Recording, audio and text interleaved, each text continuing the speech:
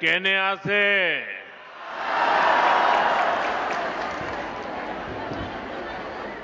આપના લુકોલોય મોર આંતરિક મરમ આરુ શ્રદ્ધા જાજીશો असम के गवर्नर लक्ष्मण प्रसाद आचार्य जी, मुख्यमंत्री हेमंता बिस्वा शर्मा जी, केंद्र में मेरे सहयोगी और यहीं के आपके प्रतिनिधि असम के पूर्व मुख्यमंत्री सर्बानंद सोनोवाल जी, असम सरकार के मंत्रीगण, सांसद, विधायक, अन्य महानुभाव और विशाल संख्या में आए हुए हम सबको आशीर्वाद देने के लिए आए हुए मेरे सभी भाई और बहनों, जितने लोग पंडाल में हैं उससे ज्यादा मुझे वहां बाहर दिखते हैं।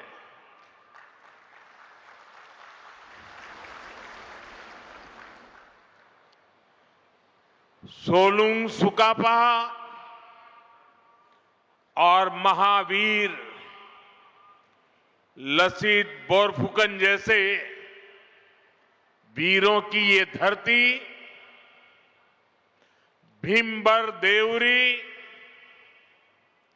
शहीद कुशल कुंवर, मोरान राजा बड़ौसा, मालती मैम, इंदिरा मिरी, स्वर्गदेव सर्बानंद सिंह और वीरांगना सती साधनी की ये भूमि, मैं उजनी असम की इस महान मिट्टी को श्रद्धापूर्वक नमन करता हूं।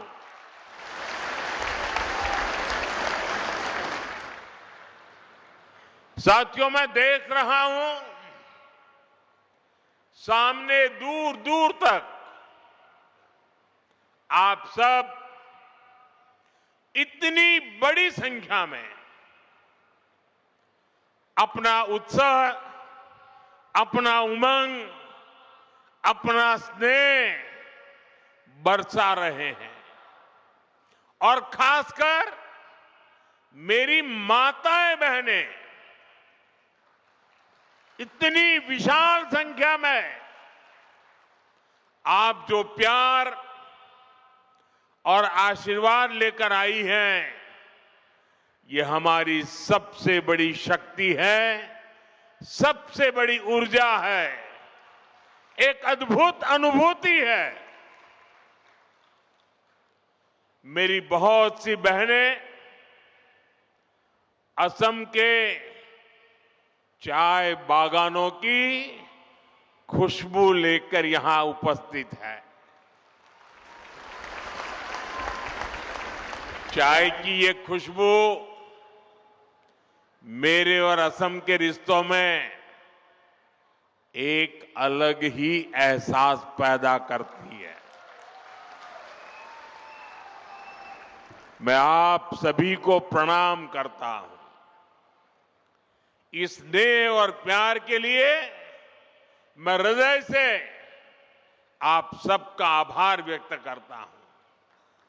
साथियों, आज असम और पूरे नॉर्थ ईस्ट के लिए बहुत बड़ा दिन है। नामरूप और डिब्रूगढ़ को लंबे समय से जिसका इंतजार था, वो सपना भी आज पूरा हो रहा है। आज इस पूरे इलाके में औद्योगिक प्रगति का नया अध्याय शुरू हो रहा है। अभी थोड़ी देर पहले मैंने यहां अमोनिया यूरिया फर्टिलाइजर प्लांट का भूमि पूजन किया है। डिब्रूगढ़ आने से पहले गुवाहाटी में एयरपोर्ट के एक टर्मिनल का उद्घाटन भी हुआ है। आज हर कोई कह रहा है असम विकास की एक नई रफ्तार पकड़ चुका है। मैं आपको बताना चाहता हूं, अभी आप जो देख रहे हैं, जो अनुभव कर रहे हैं, ये तो एक शुरुआत है। हमें तो असम को बहुत आगे लेकर के जाना है। आप सबको साथ लेकर के आगे बढ़ना है।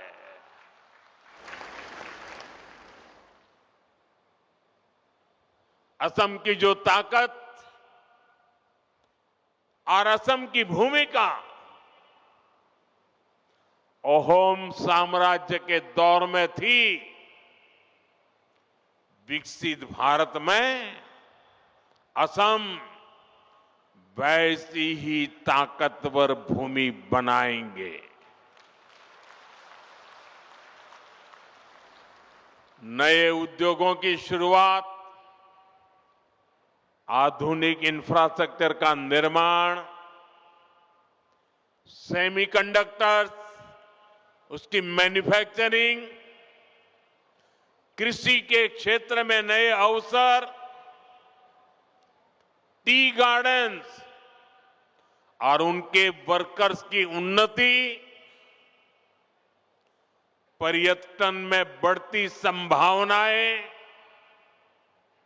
असम हर क्षेत्र में आगे बढ़ रहा है।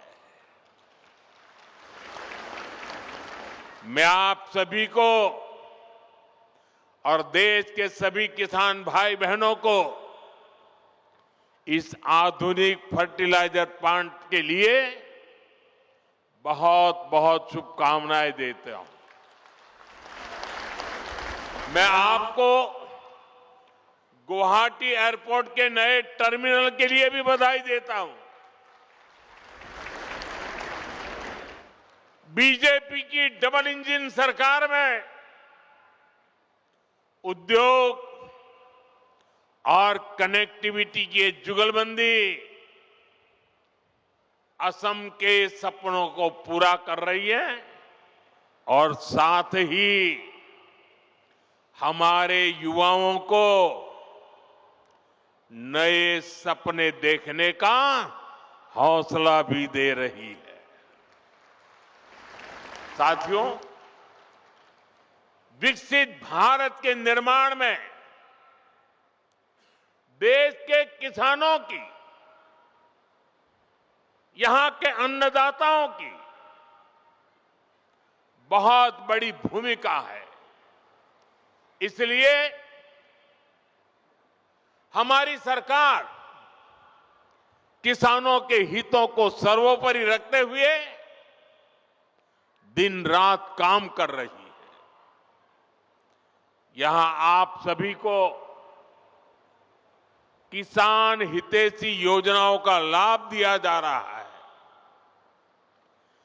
कृषि कल्याण की योजनाओं के बीच ये भी जरूरी है कि हमारे किसानों को खाद की निरंतर सप्लाई मिलती रहे। आने वाले समय में ये यूरिया कारखाना ये सुनिश्चित करेगा। इस फर्टिलाइजर प्रोजेक्ट पर करीब 11,000 करोड़ रुपए खर्च किए जाएंगे। यहां हर साल 12 लाख मैट्रिक टन से ज्यादा खाद बनेगी। जब उत्पादन यही होगा तो सप्लाई तेज होगी, लॉजिस्टिक का खर्चा घटेगा। साथियों, नाम रूप की ये यूनिट रोजगार, स्वरोजगार के हजारों नए अवसर भी बनाएगी। प्लांट के शुरू होते ही अनेकों लोगों को यहीं पर स्थायी नौकरी भी मिलेगी। इसके अलावा जो काम प्लांट के साथ जुड़ा होता है, मरम्मत हो, सप्लाई हो, कंस्ट्रक्शन का बहुत बड़ी मात्रा में काम होगा, यानी अनेक काम होते हैं। इन सब में भी यहां के स्थानीय लोगों को और खास करके मेरे नौजवानों को रोजगार मिलेगा। लेकिन भाइयों बहनों, आप सोचिए, किसानों के कल्याण के लिए काम बीजेपी सरकार आने के बाद ही क्यों हो रहा है? हमारा नामरूप तो दशकों से खाद्य उत्पादन का केंद्र था। एक समय था जब यहां बनी खाद से नॉर्थ ईस्ट के खेतों को ताकत मिलती थी, किसानों की फसलों को सहारा मिलता था। जब देश के कई हिस्सों में खाद की आपूर्ति चुनौती बनी, तब भी नामरूप किसानों के लिए उम्मीद बना रहा। लेकिन पुराने कारखानों की टेक्नोलॉजी के समय के साथ पुरानी होती गई और कांग्रेस की सरकारों ने कोई ध्यान नहीं दिया। नतीजा ये हुआ कि नामरूप प्लांट की कई यूनिट्स इसी वजह से बंद होती गई। पूरे नॉर्थ ईस्ट के किसान परेशान होते रहे, देश के किसानों को भी तकलीफ हुई, उनकी आमदनी पर चोट पड़ती रही, खेती में तकलीफें बढ़ती गई। लेकिन कांग्रेस वालों ने इस समस्या का कोई हल ही नहीं निकाला। वो अपनी मस्ती में ही रहे। आज हमारी डबल इंजन सरकार कांग्रेस द्वारा पैदा की गई उन समस्याओं का समाधान भी कर रही है। साथियों, असम की तरह ही देश के दूसरे राज्यों में भी खाद की कितनी ही फैक्ट्रियां बंद हो गई थी। आप याद करिए, तब किसानों के क्या हालत थे। यूरिया के लिए किसानों को लाइनों में लगना पड़ता था, यूरिया की दुकानों पर पुलिस लगानी पड़ती थी, पुलिस किसानों पर लाठी बरसाती थी। भाइयों बहनों, कांग्रेस ने जिन हालातों को बिगाड़ा था, हमारी सरकार उन्हें सुधारने के लिए एड़ी चोटी की ताकत लगा रही है। और इन्होंने इतना बुरा किया कि 11 साल से मेहनत करने के बाद भी अभी मुझे और बहुत कुछ करना बाकी है। कांग्रेस के दौर में फर्टिलाइजर फैक्ट्रियां बंद होती थी, जबकि हमारी सरकार ने गोरखपुर, सिंदरी, बरौनी, रामागुंडम जैसे अनेक प्लांट शुरू किए हैं। इस क्षेत्र में प्राइवेट सेक्टर को भी बढ़ावा दिया जा रहा है। आज इसी का नतीजा है हम यूरिया के क्षेत्र में आने वाले कुछ समय में आत्मनिर्भर हो सके, उस दिशा में मजबूती से कदम रख रहे हैं। साथियों, 2014 में देश में सिर्फ 225 लाख मैट्रिक टन यूरिया का ही उत्पादन होता था। आपको आंकड़ा याद रहेगा? आंकड़ा याद रहेगा? आपने मुझे काम दिया 10-11 साल पहले, तब उत्पादन होता था 225 लाख मैट्रिक टन। ये आंकड़ा याद रखिए। पिछले 10-11 साल की मेहनत में हमने उत्पादन बढ़ा करके करीब 306 लाख मैट्रिक टन तक पहुंच चुका है। लेकिन हमें यहां रुकना नहीं है, क्योंकि अभी भी बहुत करने की जरूरत है। जो काम उनको उस समय करना था नहीं किया, और इसलिए मुझे थोड़ा एक्स्ट्रा मेहनत करनी पड़ रही है।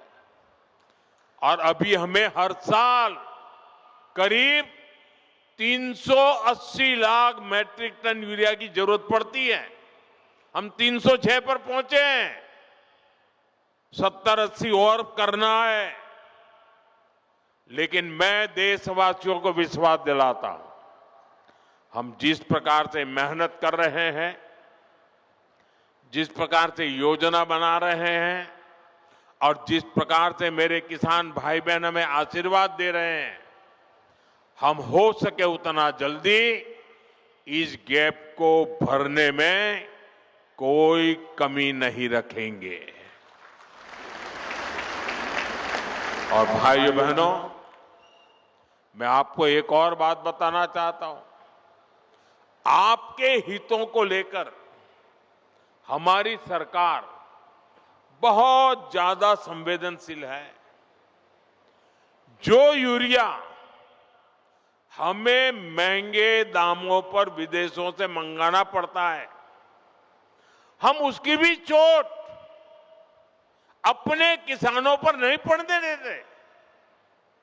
बीजेपी सरकार सब्सिडी देकर वो भार सरकार खुद उठाती है। भारत के किसानों को सिर्फ 300 रुपए में यूरिया की बोरी मिलती है। उस एक बोरी के बदले भारत सरकार को दूसरे देशों को, जहां से हम बोरी लाते हैं, करीब करीब 3,000 रुपया देना पड़ता है। अब आप सोचिए, हम लाते हैं 3,000 में और देते हैं 300 में। ये सारा बोझ देश के किसानों पर हम नहीं पड़ने देते।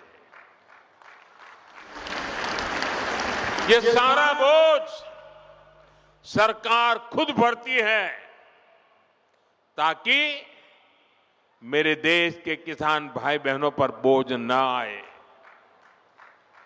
लेकिन मैं किसान भाई बहनों को भी कहूंगा कि आपको भी मेरी मदद करनी होगी। और वो मेरी मदद है इतना ही नहीं, मेरे किसान भाई बहन आपकी भी मदद है। और वो है ये धरती माता को बचाना। हम धरती माता को अगर नहीं बचाएंगे तो यूरिया की कितने ही थैले डाल दे, ये धरती मां हमें कुछ नहीं देगी। और इसलिए जैसे शरीर में बीमारी हो जाए तो दवाई भी हिसाब से लेनी पड़ती है। 2 गोली की जरूरत है, 4 गोली खा लें तो शरीर को फायदा नहीं, नुकसान हो जाता है। वैसा ही ये धरती मां को भी अगर हम जरूरत से ज्यादा, पड़ोस वाला ज्यादा बोरी डालता है इसलिए मैं भी बोरी डाल दूं, इस प्रकार से अगर करते रहेंगे तो ये धरती मां हमसे रूठ जाएगी। यूरिया खिला खिला करके हमें धरती माता को मारने का कोई हक नहीं है। ये हमारी मां है, हमें उस मां को भी बचाना है। साथियों, आज बीज से बाजार तक भाजपा सरकार किसानों के साथ खड़ी है। खेत के काम के लिए सीधे खाते में पैसे पहुंचाए जा रहे हैं ताकि किसान को उधार के लिए भटकना न पड़े। अब तक पीएम किसान सम्मान निधि के लगभग 4 लाख करोड़ रुपए किसानों के खाते में भेजे गए हैं। आंकड़ा याद रहेगा? भूल जाएंगे? 4 लाख करोड़ रुपया मेरे देश के किसानों के खाते में सीधे जमा किए हैं। इसी साल किसानों की मदद के लिए 35,000 करोड़ रुपए की 2 योजनाएं, नई योजनाएं शुरू की है। 35,000 करोड़। पीएम धन धान्य कृषि योजना और दलहन आत्मनिर्भरता मिशन, इससे खेती को बढ़ावा मिलेगा। साथियों, हम किसानों की हर जरूरत को ध्यान रखते हुए काम कर रहे हैं। खराब मौसम की वजह से फसल नुकसान होने पर किसान को फसल बीमा योजना का सहारा मिल रहा है। फसल का सही दाम मिले, इसके लिए खरीद की व्यवस्था सुधारी गई है। हमारी सरकार का साफ मानना है कि देश तभी आगे बढ़ेगा जब मेरा किसान मजबूत होगा, और इसके लिए हर संभव प्रयास किए जा रहे हैं। साथियों, केंद्र में हमारी सरकार बनने के बाद हमने किसान क्रेडिट कार्ड की सुविधा से पशुपालकों और मछली पालकों को भी जोड़ दिया था। किसान क्रेडिट कार्ड केसीसी, ये केसीसी की सुविधा मिलने के बाद हमारे पशुपालक, हमारे मछली पालन करने वाले, इन सबको खूब लाभ उठा रहा। केसीसी से इस साल किसानों को, ये आंकड़ा भी याद रखो, केसीसी से इस साल किसानों को 10 लाख करोड़ रुपए से ज्यादा की मदद दी गई है। 10 लाख करोड़ रुपया। बायो फर्टिलाइजर पर जीएसटी कम होने से भी किसानों को बहुत फायदा हुआ है। भाजपा सरकार भारत के किसानों को नेचुरल फार्मिंग के लिए भी बहुत प्रोत्साहन दे रही है। और मैं तो चाहूंगा असम के अंदर कुछ तहसील ऐसे आने चाहिए आगे जो 100% नेचुरल फार्मिंग करते हैं। आप देखिए, हिंदुस्तान को आसाम दिशा दिखा सकता है। आसाम का किसान देश को दिशा दिखा सकता है। हमने नेशनल मिशन और नेचुरल फार्मिंग शुरू की। आज लाखों किसान इससे जुड़ चुके हैं। बीते कुछ सालों में देश में 10,000 किसान उत्पाद संघ एफपीओज बने हैं। नॉर्थ ईस्ट को विशेष ध्यान में रखते हुए हमारी सरकार ने खाद्य तेलों, पाम ऑयल से जुड़ा मिशन भी शुरू किया है। ये मिशन भारत को खाद्य तेल के मामले में आत्मनिर्भर तो बनाएगा ही, यहां के किसानों की आय भी बढ़ाएगा। साथियों, यहां इस क्षेत्र में बड़ी संख्या में हमारे टी गार्डन वर्कर्स भी हैं। ये भाजपा की ही सरकार है जिसने असम के 7.5 लाख टी गार्डन वर्कर्स के जनधन बैंक खाते खुलवाए। अब बैंकिंग व्यवस्था जुड़ने की वजह से इन वर्कर्स के बैंक खातों में सीधे पैसे भेजे जाने की सुविधा मिली है। हमारी सरकार टी गार्डन वाले क्षेत्रों में स्कूल, रोड, बिजली, पानी, अस्पताल की सुविधाएं बढ़ा रही है। साथियों, हमारी सरकार सबका साथ, सबका विकास के मंत्र के साथ आगे बढ़ रही है। हमारा ये विजन देश के गरीब वर्ग के जीवन में बहुत बड़ा बदलाव लेकर आया है। पिछले 11 वर्षों में हमारे प्रयासों से, योजनाओं को धरती पर उतारने के कारण 25 करोड़ लोग, यह आंकड़ा भी याद रखना, 25 करोड़ लोग गरीबी से बाहर निकले हैं। देश में एक नियो मिडिल क्लास तैयार हुआ है। ये इसलिए हुआ है क्योंकि बीते वर्षों में भारत के गरीब परिवारों के जीवन स्तर में निरंतर सुधार हुआ है। कुछ ताजे आंकड़े आए हैं जो भारत में हो रहे बदलाव के प्रतीक हैं। साथियों, और मैं मीडिया में ये सारी चीजें बहुत कम आती है और इसलिए मैं आपसे आग्रह करता हूं, मैं जो बातें बताता हूं जरा याद रख करके औरों को बताना। साथियों, पहले गांवों के सबसे गरीब परिवारों में 10 परिवार में से एक के पास 22 बाइक तक होती नहीं थी। 10 में से एक के पास भी नहीं होती। अभी जो सर्वे आए हैं, अब गांव में रहने वाले करीब करीब आधे परिवारों के पास बाइक या कार होती है। इतना ही नहीं, मोबाइल फोन तो लगभग हर घर में पहुंच चुके हैं। फ्रिज जैसी चीजें जो पहले लग्जरी मानी जाती थी, अब ये हमारे नियो मिडिल क्लास के घरों में भी नजर आने लगी है। आज गांवों की रसोई में भी वो जगह बना चुका है।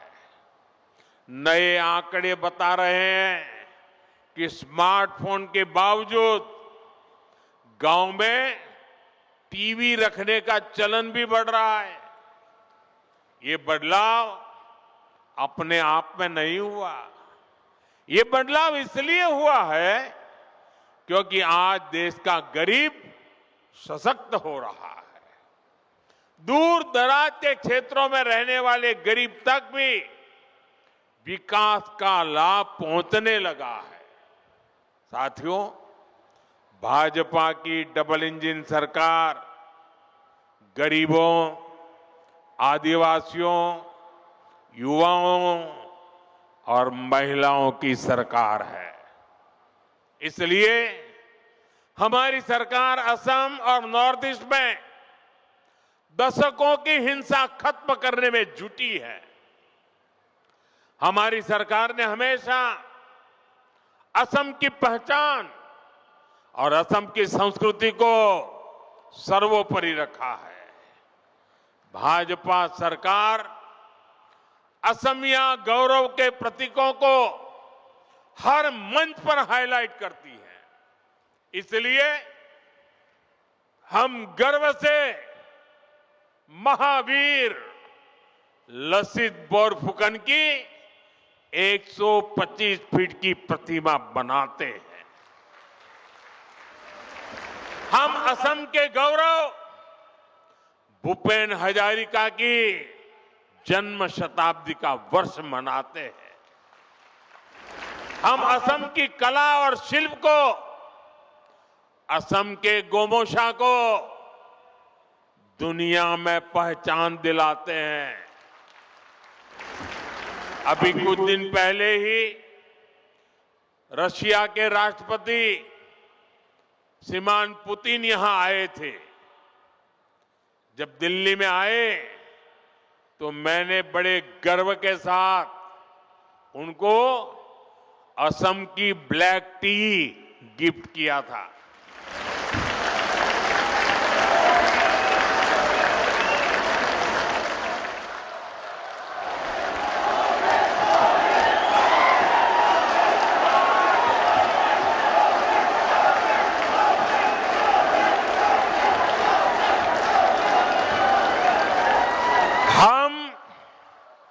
असम की मान मर्यादा बढ़ाने वाले हर काम को प्राथमिकता देते हैं।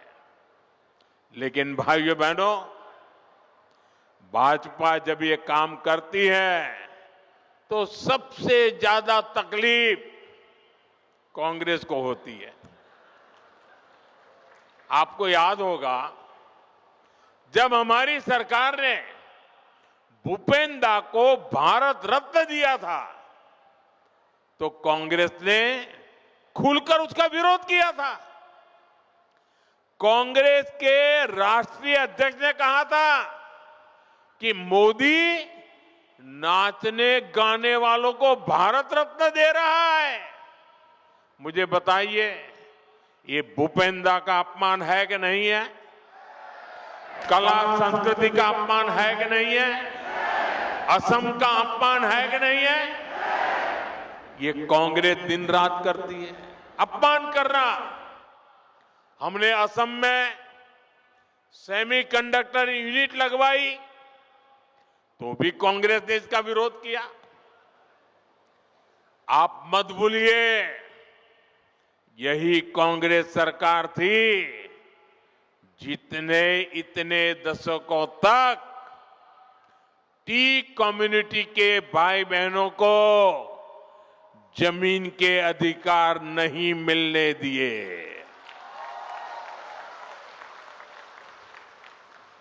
बीजेपी की सरकार ने उन्हें जमीन के अधिकार भी दिए और गरिमापूर्ण जीवन भी दिया। और मैं तो चाय वाला हूं, मैं नहीं करूंगा तो कौन करेगा?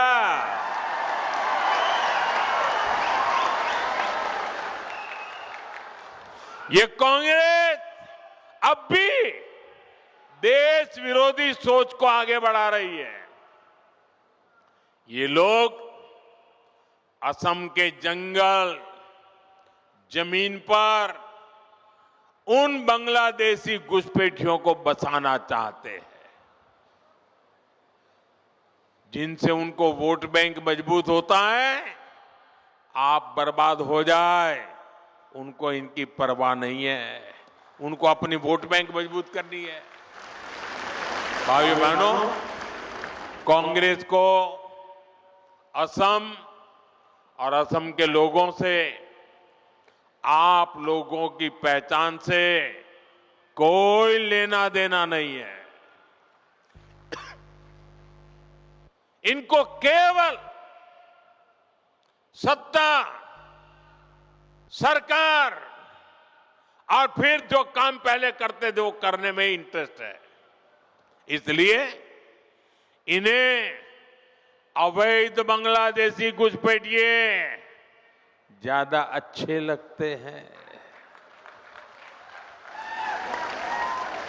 अवैध घुसपैठियों को कांग्रेस ने ही बचाया और कांग्रेस ही उन्हें बचा रही है। इसलिए कांग्रेस पार्टी वोटर लिस्ट के शुद्धिकरण का विरोध कर रही है। तुष्टीकरण और वोट बैंक के इस कांग्रेसी जहर से हमें असम को बचाकर रखना है। मैं आज आपको एक गारंटी देता हूं, असम की पहचान और असम के सम्मान की रक्षा के लिए भाजपा, बीजेपी फौलाद बनकर आपके साथ खड़ी है। साथियों, विकसित भारत के निर्माण में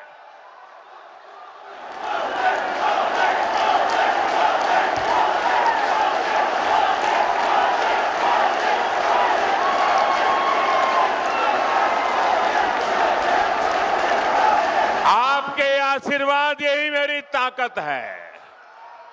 आपका ये प्यार यही मेरी पूंजी है और इसीलिए पल पल आपके लिए जीने का मुझे आनंद आता है।